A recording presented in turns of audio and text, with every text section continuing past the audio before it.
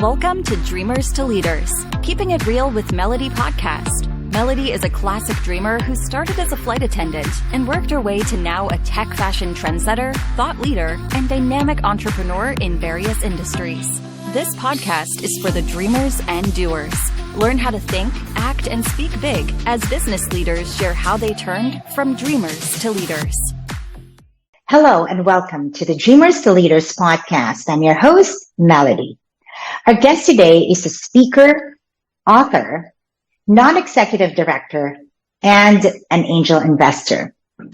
He recently launched a book. It's called Simplify to Succeed, and it's about a book on building, scaling, and selling your business. Ladies and gentlemen, please help me welcome Garry Mansell. Hey, Garry, welcome to the show. Thank you very much. It's a pleasure to be here. All right, so let's begin. If you could share with our audience and walk us back through your journey on you being an entrepreneur and your defining moments that molded you to be who you are as an entrepreneur today. How was that journey like? It's been a long one, in truth. And I guess I've really been an entrepreneur in real terms since about 2005. So 17 years of messing around building businesses and helping other people build businesses. But I guess it starts back. I was a classic corporate person. You know, basically I ended up holding quite a senior role within Mars Incorporated, the candy guys, worked around the world with them. And my background was in procurement. So I basically spent a lot of time buying lots of different things, to facilitate Mars bars and pet food and things of that nature, and all the other products they have, such as food. And in 1999, I was working in the area of logistics, looking after logistics for Mars in Europe.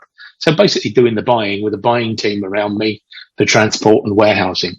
And we developed some quite clever stuff to actually collect bids and offers and things like that online.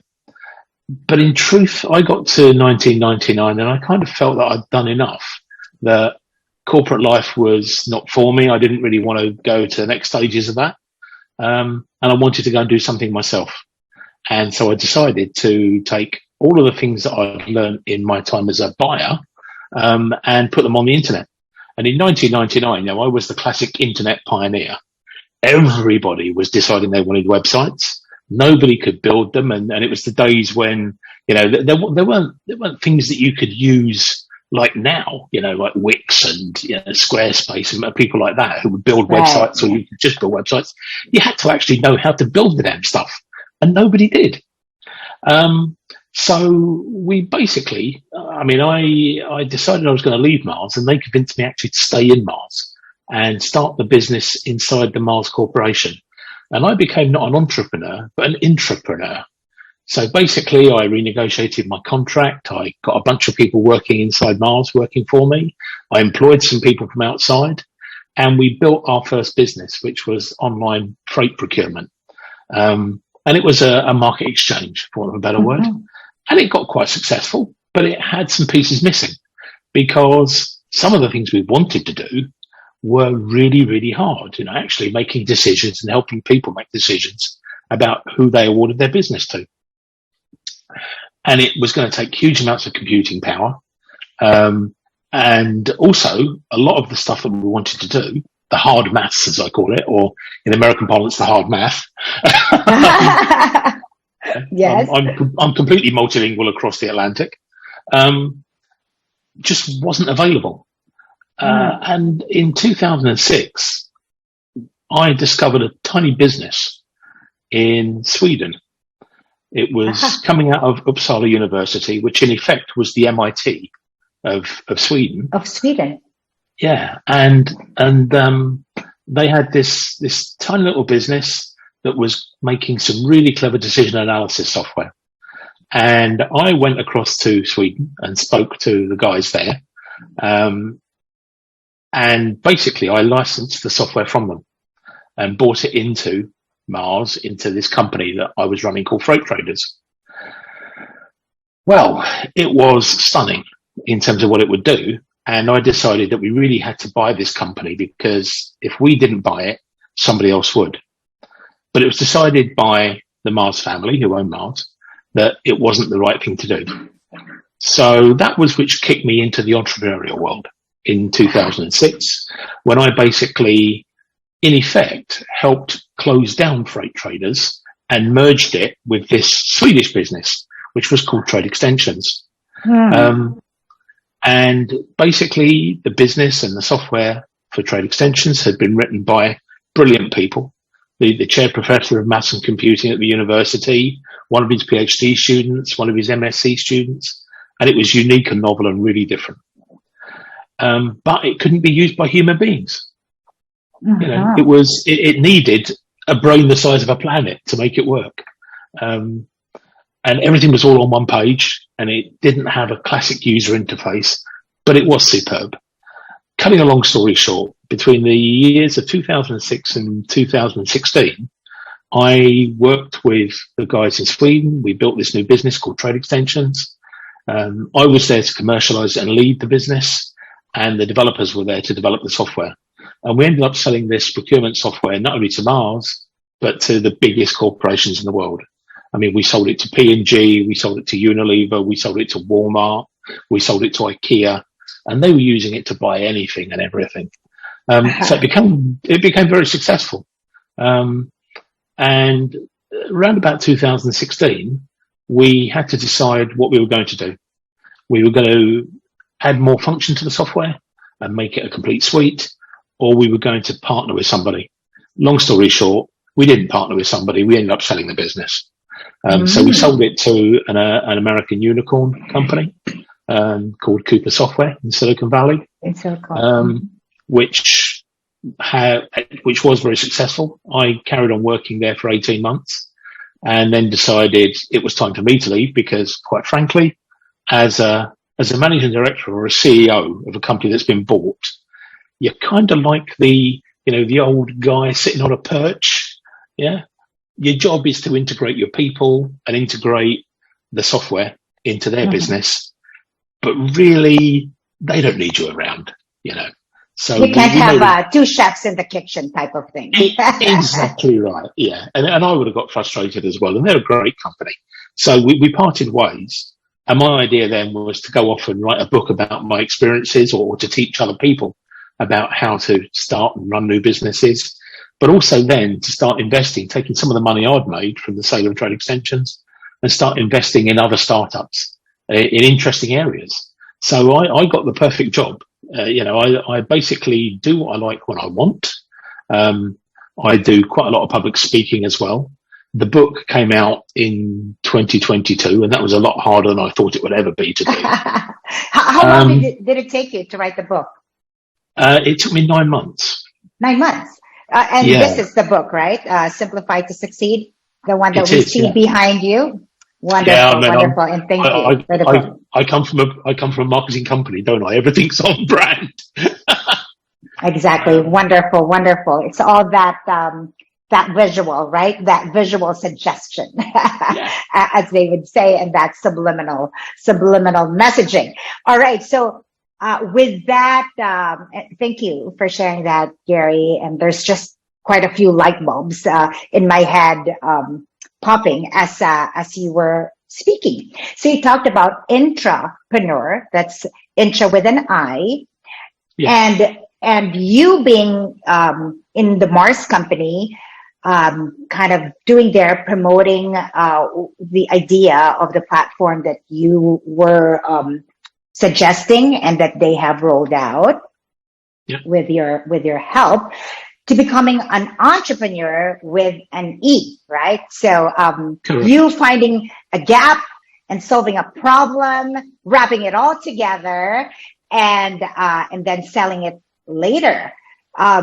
So tell us, tell the audience the main difference between being an intrapreneur and an entrepreneur. Well, the entrepreneur typically is the person who stays within their corporation, but they have an idea or an idea for a product very often, or a new service, which is saleable in its own right. It's not for my thinking. It's not the clever guy who decides that on a matchbox, instead of putting sandpaper on both sides, they put sandpaper on one side. That's your job within that business. This is where you see something and you see it as a new business and you convince your existing business to fund it. And then what you're really doing is you're saying to them, not only are you going to fund this, but I want something out of it as well. So I want to tear up my existing contract and I want a share of the success this will be. Yeah. And that to me is an intrapreneur. Right. Now, really, an entrepreneur is exactly that, doing exactly those things, but doing it outside of a big corporation. So, you could say an intrapreneur has the safety net of the big corporation, whereas the entrepreneur has the risk of everything else. And having been both, it gets quite entertaining because an intrapreneur, what they're doing is basically giving up their career. It isn't very often that you're a senior manager in a big corporation and you say, well, now I want to spend 3 years building this extra thing. And by the way, if it's a failure, I'd like my old job back, please. That doesn't happen. Right. Yeah. That's why you have to share some of the risk. That's why you say to them, well, if you're going to fund this, that's great. I'm actually going to put my career at stake. Yeah. I don't expect to be given a job if this fails. I expect you to fire me, basically. Yeah. So basically, it's an entrepreneur that has 50% of the risk. It's an entrepreneur that's a good word would have the whole enchilada of the risk. However, listening to you and for all our entrepreneur audience out there, me personally, I'm thinking, wow, it would be nice to really collaborate and spot someone within your organization that could be an entrepreneur. You know what I mean? That could really be your collaborator. That could be your partner that would have the passion, the vision, the creativity, and all that good stuff that would want to really push your company, forward with what it is that they have in mind, to help the company. That'll be awesome, right? There was one famous book written about intrapreneurship, and it was written back, I think, in the 70s. And it was when every single company had this idea of saying, we want an entrepreneurial mindset inside our company. Inside. Yeah? Yes. And that's what they all started seeking. And then you had, these terms like the skunk works coming up, but it wasn't always successful. And the reason it very often wasn't successful is the companies weren't willing to give away part of the success of it. Yeah? Oh, they want all the credit. they want all the credit, and they maybe give you a promotion, they'll maybe give you more money, but it's that's like it's still our business, it's still everything for us. Yeah. And that was where when I talk to companies about how to create an entrepreneurial culture inside their business, I always tell them you have to give it away. Actually, if you get 50% of a massive new company, that's better than getting nothing of a failure. Yeah. So accept the fact that you're going to get 50% and give the other 50% to the guys who actually said, we'll abandon our careers. We believe in it so much. You fund us. We'll go and do it. Yeah. Right. So instead of getting money from angels and venture capitalists, you get money from your corporation. Right. So 50% of $1 billion is so much better than 100% of $1 million, right? Exactly. Exactly right. I agree. So I think with what you're saying, if for whatever reason you're an intrapreneur, right? So you're an employee with this massive idea and that passion to really create something within the organization, and you have a company that wants to put a cap on you, that I think what fuels the intra to be an entrepreneur, right? Absolutely correct.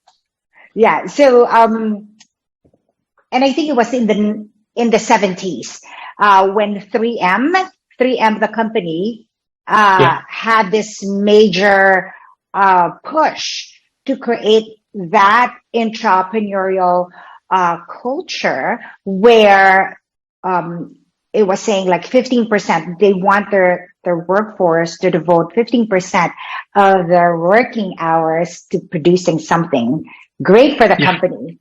And I don't know if the sticky note was one of those. Yeah, the post-it notes. Yeah, post-it notes. It was the adhesive, I think, on the post-it notes that they were trying to develop an adhesive that would work, and they found out that, I mean, whether it's just urban legend, I think it was the fact that it didn't quite work. But anyway, you know what it. Anyway, then how many yellow sticky do I have here, right? So yeah, exactly. Urban legend or not, it has function in our modern day society. The thing I don't know about that one, though, is whether the people who developed the post-it notes inside 3M, what they got from it. Yeah. I'm going to go back and find out now, and find out whether they actually owned it, or whether they just got a bonus, or whether they became meteoric employees who ended up running the company. As you said, it's like an urban legend. The legend that I heard was they actually made massive. So I don't know if it is the employee or the corporation that took all the credit. But yes, so once you do your little research and your background investigation, you can email me and share to me what you've learned. But so we talked about the difference between intrapreneur and entrepreneur. Let's talk about you, Garry, as a multi-dimensional entrepreneur. You're an angel investor. You are an author, and Ned is one of the things that I've never really heard of until I saw your website, right? So a non-executive director. What makes you and your services unique? Well, I actually don't think I am unique, but people employ me because I guess I'm old, which means I've done quite a lot of things. And I mean, I smile now because people turn around and say, well, we're now running into a period of supply chain disruptions. Right. We've got high interest rates. We're going into recession. And there are people in industry who've never lived in those times. Whereas I have, sadly, I lived during the 70s. I was working in industry in the 80s. And so it's those experience things. And actually that's what drove the book more than anything else, because people wanted my experience. They wanted my knowledge of how to solve particular problems, and particularly in startups or growth companies. And I found that so many of them were asking the same questions. And it was just a case of me sitting there and thinking, I should write this down. Yeah. Nice. And that's how the book came about. It's the most common questions I was asked over 4 years of working as a non-executive director. And that's what triggered the book. But the thing I also think, the thing that I guess differentiates me, and people seem to like, is they like my leadership style. I do tend to have good teams. I build good teams. I spot good people, and I'm never scared to be the dumbest person in the room, quite frankly. I mean, I love surrounding myself by smart people. Yeah, you don't walk into Uppsala University and talking to the professor of maths and computing and the whole of his team and think you're the smartest guy in the room, because you're not. Yeah, you're not, but clever leaders surround themselves by people who are really clever.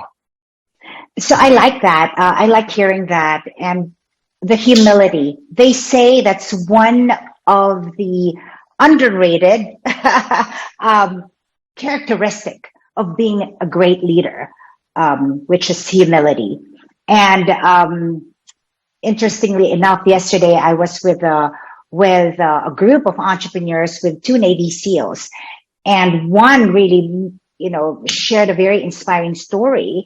And for him, humility, amongst the 5 principles that he talked about, it's humility that he believes really helps in leading with crazy passion, for people to really give up everything, to follow a command or to follow and do what it takes to have a winning team and to deliver what is needed for a successful project or mission, right? So I guess that's part of what makes you a great leader. And in your book, I think that's chapter 4 that you talked about creating your dream team, right? Yes.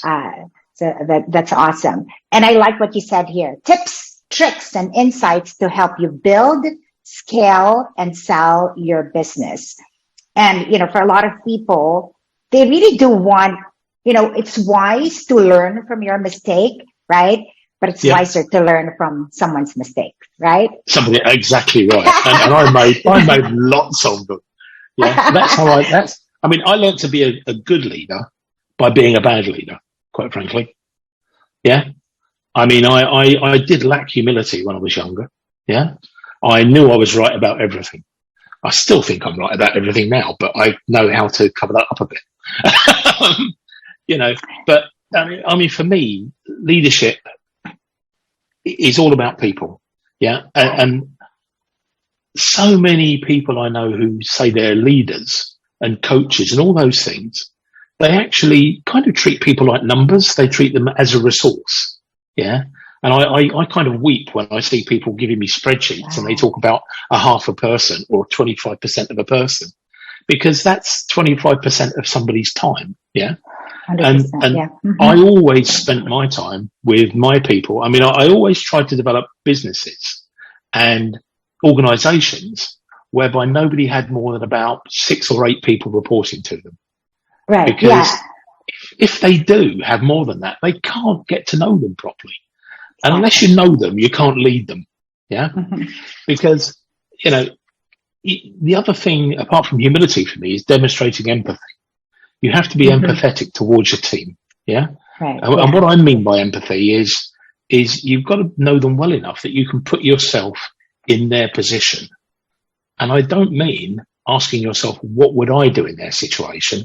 The question you need to ask is, what will they do in their situation? In that situation. Yeah. And that's a really, really big difference, because they're not you. Yeah. So unless you know them, you can't decide that. Then empathy to me is emotional as well. It's feelings. I start every single meeting I have, a board meeting or a group meeting or anything. I say to everybody around the table, how do you feel? And everybody then gets the chance to say, my dog died, or my wife left me, or I feel great, or actually I'm just recovering from COVID and I'm not feeling that great at the moment. So, bear with me. And if you can create that kind of atmosphere, people understand why sometimes people react badly. Yeah. They trigger and they go off and boom. Yeah. But I agree. If they've shared with you their position early on, that's half the battle. And then, of course, the last piece of empathy for me is, as a leader, you then have to take action to help. So if somebody really is saying, I'm struggling, yeah, then you have to be able to do something about it. But you have to do it with logic. Empathy doesn't mean turning around and saying yes to everything they want. Yeah, I want 18 weeks holiday this year. Well, guess what? You're not going to get it. Yeah? But let's ask why. Right? Yeah. At least they had the strength. At least they believed you'd listen, which is really the most important thing. But for me, empathy in a leader is really, really key.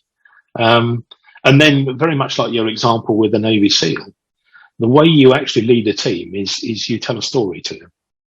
Yeah, you tell a story. You get them bought into your narrative. They understand, and then they see what needs to happen.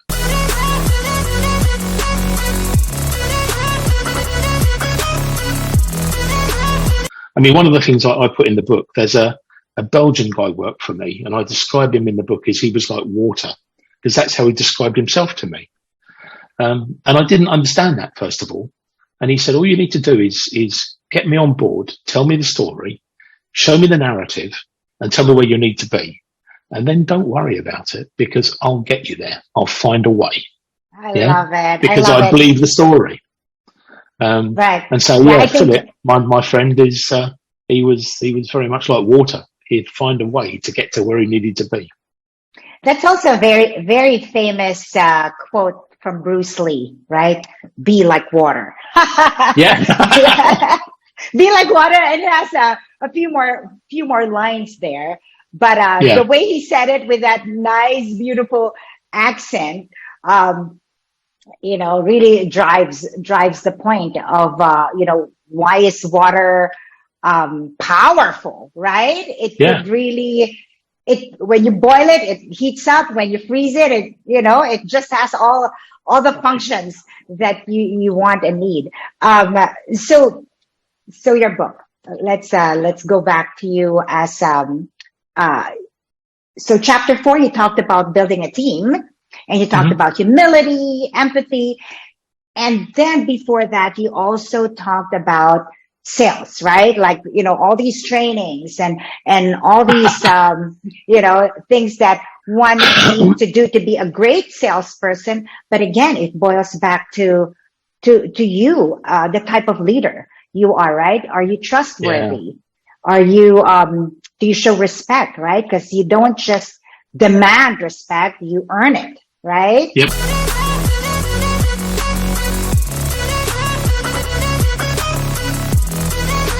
As an angel investor, let's go back to that, because we have a lot of people out there, especially in the United States. 63% of startups that become a billion-dollar company, 63% comes from the United States, right? And apparently 21% from China, 4% from India, and 2.3% from the UK. So it's those startups that actually amount to a billion-dollar unicorn, billion-dollar company, right? So for our audience out there, what is the easiest way to get financing, Garry? Tell it to them straight. I mean, people, when they first start, they go through, it's really interesting. There are some people who really do the research and say, this is my path to financing. And they go from friends and family through to angel investors into venture capital, and then every stage of venture capital upwards until they sell their business. And most people I know start with bootstrapping. They go around their friends and their family. And I always say to people, if you're doing that, that's great. But you need to say one very, very, very important thing. Yeah. And that is, I want the money. This is how I'm going to use it. This is how much I need. And by the way, you're probably going to lose all of it. Yeah. Because the odds are you are. Yeah. That's a fact. So you need to be very honest with people about this. Once you've got past that initial stage of funding, obviously then the angel investors come in. And some people are fortunate and they know people like myself, who have their own network of other angel investors.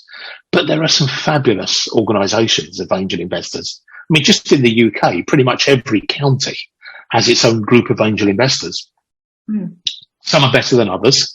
But then you're basically talking to strangers for the first time, and that's part of the problem that people have when they're looking for angel investment funding. The funding, which is like a £500,000 or £1 million or 2 million or 3 or 4 million pounds that you typically get from a group of angels.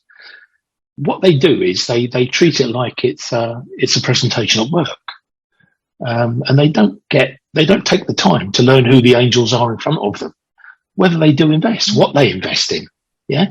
So I always say to founders, do the research of the people who will suit you best and get to know them before you even start asking them for money. Yeah. Because I get some of that from people I know. And I also sit in 3 angel groups around the UK where I'm seeing people for the first time. And truthfully, I look at their business plan. I look at their presentation, the pitch decks they produce.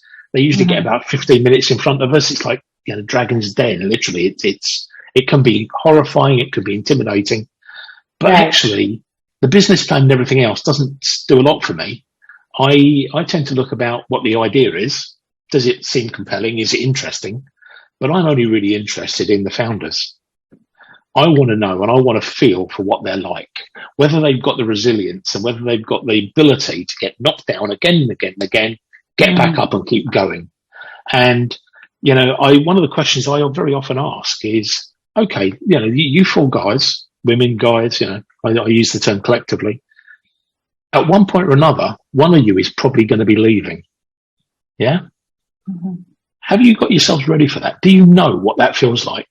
Do you recognize the fact that some of you are really, really great at the first year and a half of a business, but when you try and scale it, you're rubbish at it?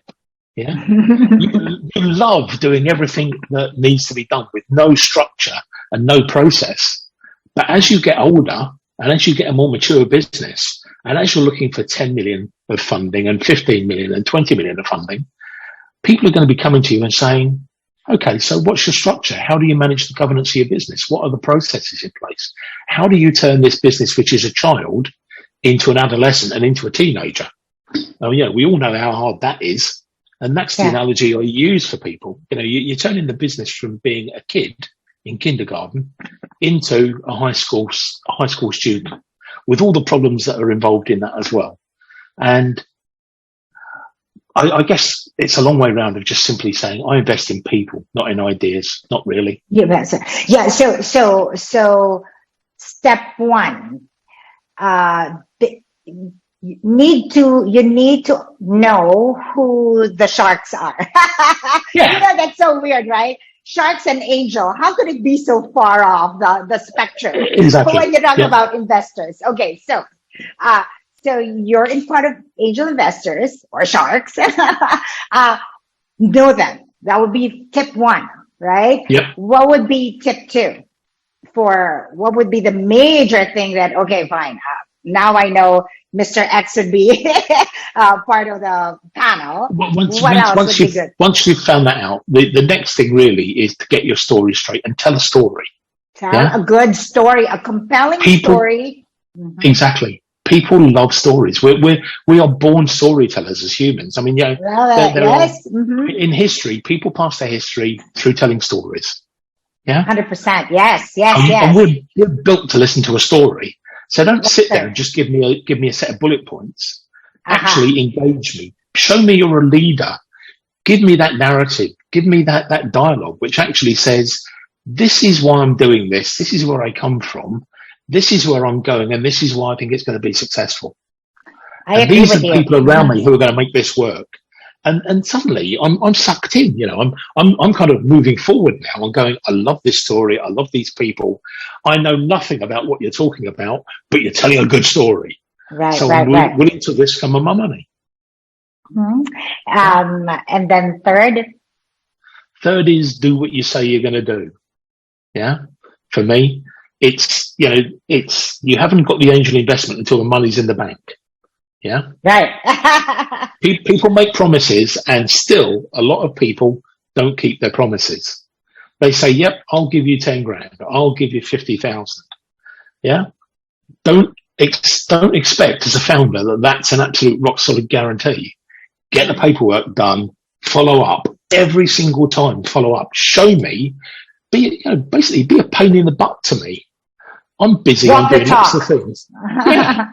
Definitely. And if I've said to you, if you said to me, I need the money in my bank account by Friday, and I said, yes, I'll do that, and the money's not there by Friday, don't be scared of picking up the phone and saying, you told me this would happen. You talked about the sales piece that I talk about. And I mean, you know, because you've read it, I really hate sales courses. I mean, I just do. Because I was a buyer. Yeah, I was taught to be a buyer. I know salespeople. I know the techniques because I get taught the sales techniques that people try and use on me. But when I had to start selling stuff, what I did is I kind of ignored the sales courses and I simply went, the people who used to sell to me, which ones were successful? And they were the ones who you touched on. They trusted me, they valued me, they respected me, and they stuck to their word, and they made me stick to my word as well. So as a founder, make sure your angels stick to their word. Keep them informed. I mean, the number of times I've invested in businesses with what appear to be very, very good people. You know, they've at least they give me the story. Yeah. Because it is quite a small amount of time you get, even with due diligence and everything else. And then they go quiet. And then I hear from them again when they're a week away from running out of money. Yeah. And they think, well, you know, he will obviously put more money in here because he's already invested. Well, guess what? The money I've invested, I've almost written off already. Yeah. So, right. You know, if you think you're going to get more money because I'm already invested with you, that isn't the way it works. And a lot of angels I know have that approach as well. we all tend to invest thinking it'll be great to get a 10 times revenue on this. But if we don't, well, that's the risk we take. 1 in 10 may work. 1 in 5 may work. Actually, that's the recent statistics. 90% of all startups fail. 10% fail in the first year, and 70% fail into the second to the fifth year. So there is a high mortality rate in startups, right? So that brought me to the classic saying about sales. In selling, people don't really care how much you know until they know how much you care, right? Yep. So, and that really is something that, I teach my people, because really, yes, you could regurgitate all the specs, the details, the benefits and features of a product. But if you haven't really connected in a level where they think that you really care about their needs and solving their pain points and their problems, then it's not going to amount to anything, right? Exactly right. So Garry, you talked about due diligence. Can you briefly talk to us about the due diligence that you go through as an investor? As an angel investor, well, I will do some pretty simple things. First of all, like I will look for your history. Yeah, I will find out which companies you've run before, where your successes and failures are. And one of the things I've probably asked you during the pitch session is, well, that's all well and good, but tell me about the things that failed, because I want to learn how you react when you fail. Yeah. So if people have lied to me in that's a really bad sign. Yeah. And I look for things like the Articles of Association of a company. I look for, and it's very easy to look for things like patents that they have, or they claim they have, because very often people claim they have a patent and actually it's filed in one country, or it's there's all those things.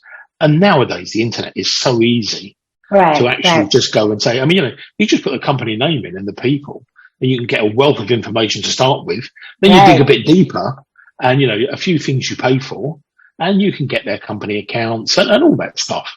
So yeah, I literally do go through all of that, and you can do it very, very quickly with startups. Very, very often people are coming to you as an angel investor, and some of them have been in existence for months. Others have been in existence for 2 or 3 years. And so they have a history behind them, and you can look at that history. So it is financial, it's the people, and it's the claims they make during the pitch sessions that I'm looking at in terms of due diligence. But most of all, it still comes back down to, do I think I can work with this person? Right. At the end of the day, right? Yeah. They could have the pitch perfect, deck. If you could imagine. But at the end of the day, I think truly it's the attitude, the attitude of the person. Is it someone that you can really stomach to deal with and collaborate with, right? Well, very, very often as an angel, you're going to end up on their board. One of typically I talk about there are 3 angel groups I'm a member of. And at any one time, everybody I know in those angel groups has generally ended up on the board of one of the companies they've invested in, because they add some value. And that for me is what a non-executive director is about. I always say, whenever people take me on as a non-exec, I laughingly say, well, let me tell you that there'll be 2 things that happen. At one point, you'll look at me and go, what's this guy adding anymore? What more is he bringing to us? And you've got to have enough guts to turn around and tell me when I'm no longer needed. Yeah. And actually fire me. I'm expecting you to fire me, and you've got to pick it out rather than me picking it out. Yeah. Nice. So, that's important. It's those kind of things. And a non-exec is there to act as a trusted friend to the CEO and the founding team, and to actually tell them when they're being stupid. But kind of, but do it in a nice way. Or other way around if they're doing great, right? Yeah. So Garry, to wrap it up, I just really want to say, this is it's an awesome book. I like anything Thank you. that has to do with simplification of subject matter. And this is about, scaling startups, selling, right? Selling your business, simplifying ways to succeed. And as they say, knowledge is compiling all the information, and wisdom is actually the art of simplifying all those information. So good work there, Garry. So as we wrap up, how can our audience find you if they want to use a NED, if they want a speaker, and to get, more information about your book? What's the best way to reach you, Garry? Well, it's GarryMansell.com. I have a website, and it's Garry with 2 R's because my mother obviously couldn't spell. So, or she wanted for you to stick to be different, right? To not be like the usual Garys of the world. You're with an extra R. GarryMansell.com has got all my contact details on there. Hey, thank you again for being in the show. Wishing you continued success, Garry. Thank you. It's a real pleasure. It's great to meet you at last. And it's been great fun talking to you. And for all our dreamers out there, keep believing. You got this. Till next time.